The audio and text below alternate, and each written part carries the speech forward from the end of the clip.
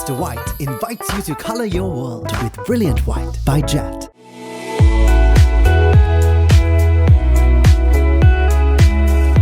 Sri Lanka will face the West Indies for the final ODI of the tour between the sides on the 14th of March. The hosts have already won the series after claiming a comfortable 5-wicket win on Friday. Sri Lanka haven't played ODI cricket in a year, but their troubles in the first two games were familiar: wickets in clumps and runs leaking in the death.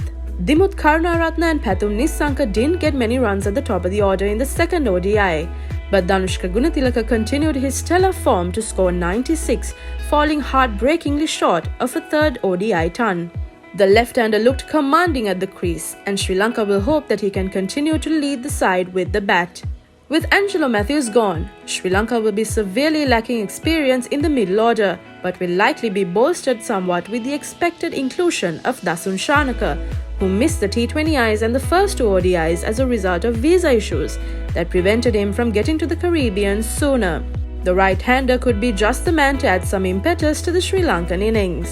Oshada Fernando could be the one who faces the axe once again, having come in to replace Matthews in the second ODI after being on the bench thus far on tour. One of the keys to the Windies' success has been their ability to neutralize the threat of Wanindu Hasaranga, the man who has tormented them in the T20 internationals. Both Hasaranga and Lakshan Sandakan have bowled economically but have not looked threatening, particularly with little to no spin on offer off the track. Dushmantha Chameera has been the one major positive for Sri Lanka with the ball, and the visitors will hope that some of that form rubs off on his bowling partner Nuwan Pradeep, who was wayward at the death in the second ODI, just as Chameera had set the game up for a tight finish. With limited options available, it is unlikely that Sri Lanka will look to make any drastic changes to their playing 11 apart from fitting Shanaka in. The Windies under Kieran Pollard have been ruthless and so will want to finish the series on a high on Sunday. This is the first series win for them against Sri Lanka since 2008, so it will surely be an achievement to cherish.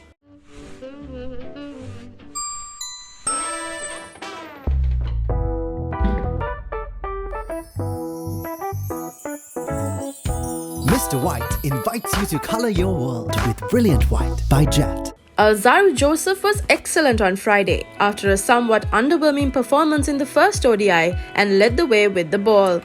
But coach Phil Simmons will perhaps be most impressed by the performances of Jason Mohammed, who was until now seen very much as a part-time bowler.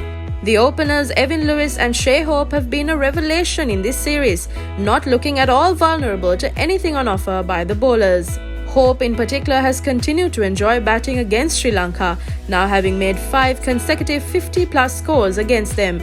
With the series already in the bag, it would be interesting to see if the Windies opt to bring in a few guys from the bench. But with Pollard in charge, one would think that they wouldn't want to give Sri Lanka any chances to sneak in a win either.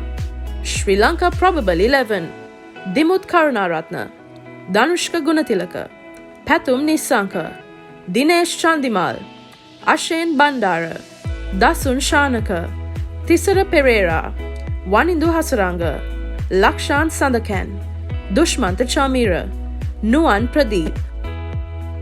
West Indies probable 11: Shai Hope, Evin Lewis, Nicholas Pooran, Darren Bravo, Kieran Pollard, Jason Mohammed, Kyle Mayers, Jason Holder, Akhil Hossain, Kevin Sinclair, Alzarri Joseph.